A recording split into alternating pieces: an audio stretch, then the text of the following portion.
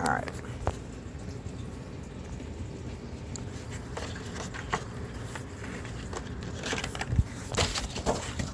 Stay there. Alright.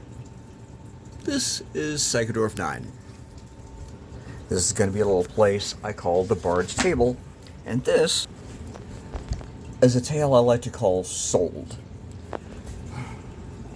It was like 1989, maybe 1988-ish. We were in West Germany, and we were in the middle of about 18,000 different exercises.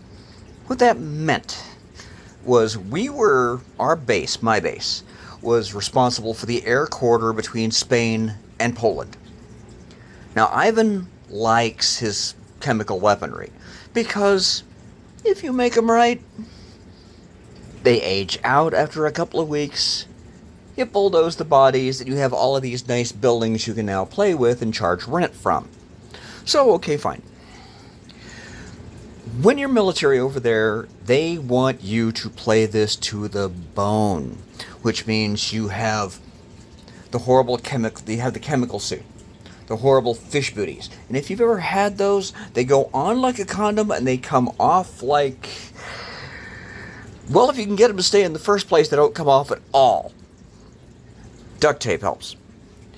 You have this inch-thick charcoal suit, which is the actual, no lies, was originally a chemical barrier suit. It's just full of charcoal and air, but you gotta wash it at least once so that it doesn't work anymore. You've got the liners, you've got the gloves, you've got the gas mask, which was one of the old ape-faced ones, right? That you had to somehow...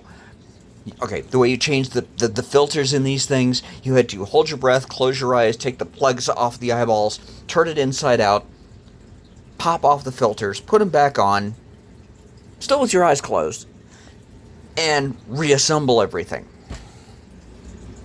This would be enough to make a Baptist preacher cuss and then go drinking. So we always figured, screw it, when the filters run out at about 10 minutes, we're all walking corpses anyway. So we're in all of this gear. Oh yeah. And we had the steel John Wayne Kevlar lined helmets. Okay.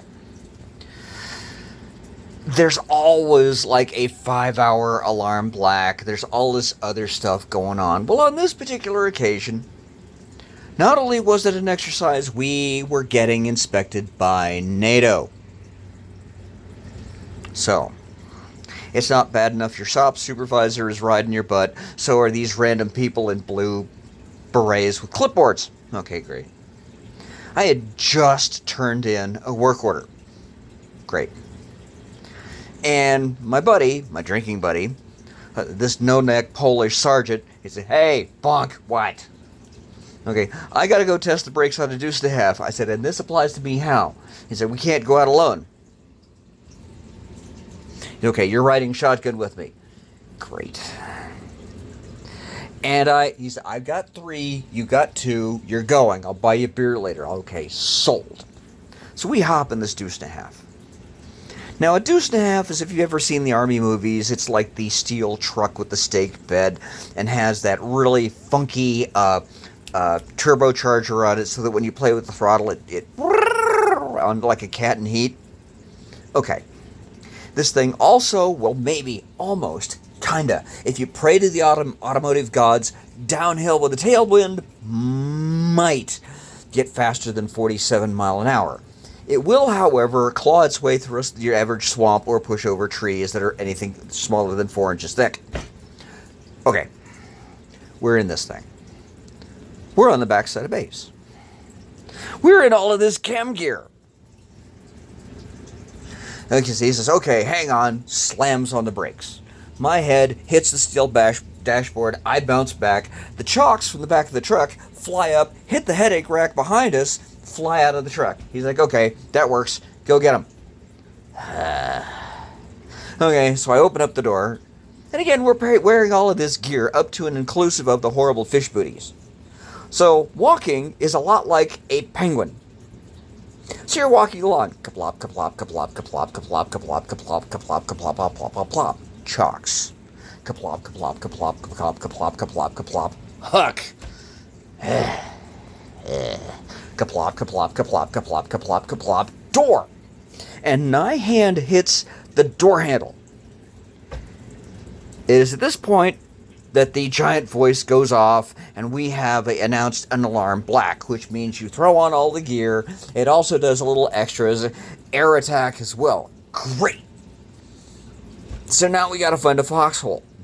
So he shuts it down, comes bailing out, blah, blah, blah, blah, blah, blah, blah, blah, blah, running around trying to do it all macho style. You cannot be macho in chem gear. Okay, we stop, we look. Gas mask on, helmet on, liners, this, that. He checks my seams, I check his. Good to go. Okay, run. Okay, run. That's kind of a...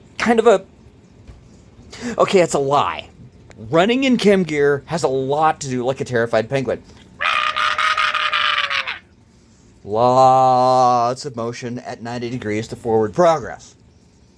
If you ain't doing it, it's funny as hell. If you are doing it, it's exhausting. It's like being in a nightmare. Okay, fine. So we're sitting here doing the terrified penguin. There's a foxhole. Yes! Only it was more like... Okay, fine. We go. We hit this foxhole. Yes! Aha! Now, your average foxhole is not 6 feet deep or else you're never getting out of it. It was about maybe 4.5 feet deep. Sorta. Okay? The problem is, just before we started running, about 100 yards that way, there's this dude in a blue beret who's not wearing chem gear. And because he's not wearing chem gear, I hate him already. Okay. So we run like terrified penguins. Foxhole. Yes!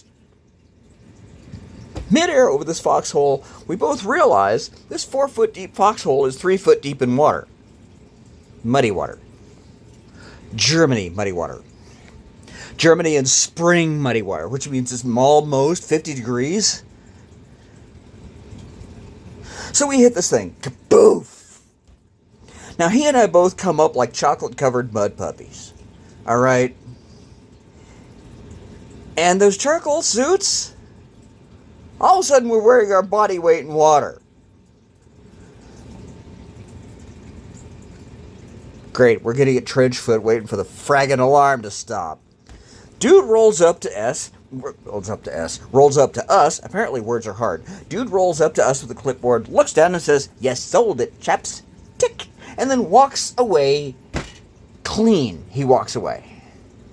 So I look at my buddy looks at me.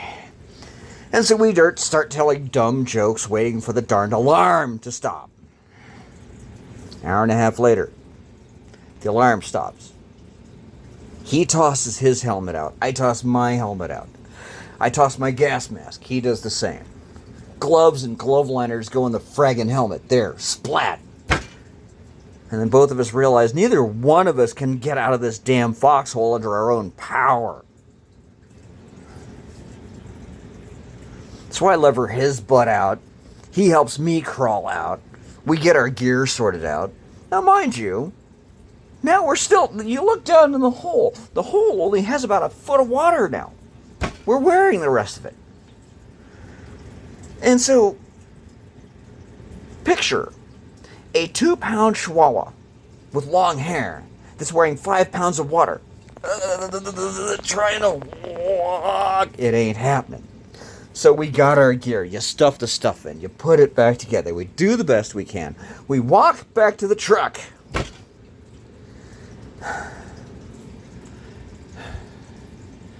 And that truck is 4 foot in the air. So I reach up, undo the truck. He does his. We climb in. And it's this long, painful process. Meanwhile, we're leaving this slime trail wherever we go because the charcoal suits are still shedding water. Your boots are full of water. You're soaked to the bone. And it always feels slimy. Okay, so he climbs in. We start up the truck. We come rolling back into the main shop, shut it down. He very gingerly takes the paperwork so he doesn't screw it up and have to do it all over again. We open up the door and the shop super's like, wondered where you went. He's looking at the chocolate milk water that's pouring out of the drain holes in the cab and goes, okay, who's the U-boat commander?